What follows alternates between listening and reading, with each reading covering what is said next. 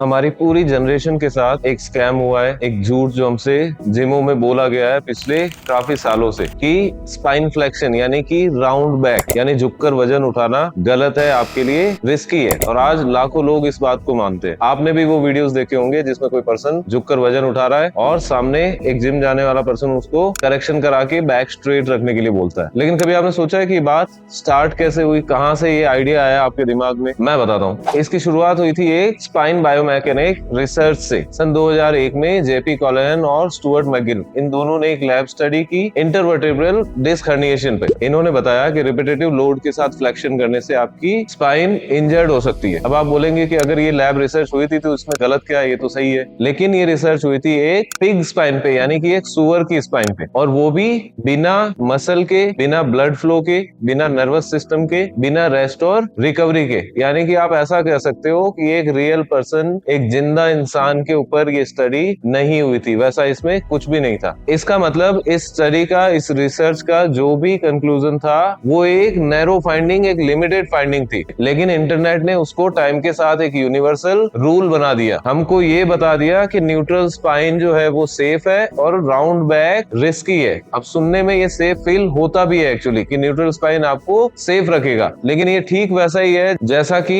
एक बच्चे को चोट लगने के डर से आप घर से बाहर निकलने ना दें या घर में भी कोई मूवमेंट ना करने दें, खेलने कूदने ना दें, सिर्फ इसलिए कि उसे चोट ना लगे। पर क्या ये चीज सही है? इससे उसकी सर्वाइवल स्किल, उसकी सोशल स्किल डेवलप हो पाएगी? नहीं। ठीक वैसा ही आप अपनी स्पाइन के साथ बिहेव कर रहे हो कि उसको न्यूट्रल रख के, उसको फ्लेक्शन एक्सटेंशन नहीं देके आप उसको कमजोर बना रहे हो। अब आप बोलोगे कि स्पाइन फ्लेक्शन से इंजरी तो होती है। अब एक्चुअल में स्पाइन फ्लेक्शन में इंजरी होने के चांसेस कब होते हैं? पहला, जब एक्सेसिव आप लोड उठा रहे हो करंट कैपेसिटी से। दूसरा, कि आपको सडन कोई मूवमेंट इंट्रोड्यूस हुआ है, आपने सालों से नहीं किया और अचानक से कोई मूवमेंट करोगे तब। तीसरा, आप उस मूवमेंट के लिए अवेयर नहीं हो। सोचो कि आपको एक्सीडेंटली बहुत अचानक से कभी स्पाइन फ्लेक्शन करना पड़ जाए तो आपको इंजरी हो सकती है। या फिर चौथा, जब आप फटीग या बहुत ज्यादा स्ट्रेस में ऑलरेडी हो। आपने देखा होगा कि मोस्टली प्लेयर्स को भी इंजरीज तभी होती है जब वो बहुत ज्यादा थक चुके होते हैं। तो ये कुछ रीजन है जहां आपको स्पाइन फ्लेक्शन में पेन हो सकता है या इंजरी हो सकती है। बट इसका मतलब ये नहीं कि स्पाइन फ्लेक्शन जो है वो खराब है आपके लिए। अगर आपने स्पाइन फ्लेक्शन बंद कर दिया या कोई भी मूवमेंट आप अपनी बॉडी से रेस्ट्रिक्ट कर देते हो या कम कर देते हो, तो होता क्या है कि टाइम के साथ साथ वो मूवमेंट आपकी बॉडी से चला जाएगा। आपकी टॉलरेंस उतनी ही कम होती जाएगी और आपको भविष्य में इंजरी होने के चांसेस और ज्यादा बढ़ जाएंगे। तो आपको क्या करना है? फ्लेक्शन बंद नहीं करना, फ्लेक्शन के लिए आपकी बॉडी को ट्रेन करना है। ग्रेजुअली आपको उसको तैयार करना है मूवमेंट के लिए। तो मूवमेंट को रेस्ट्रिक्ट मत करो, मूवमेंट को स्मार्ट वर्क के साथ ट्रेन करो। Thank you.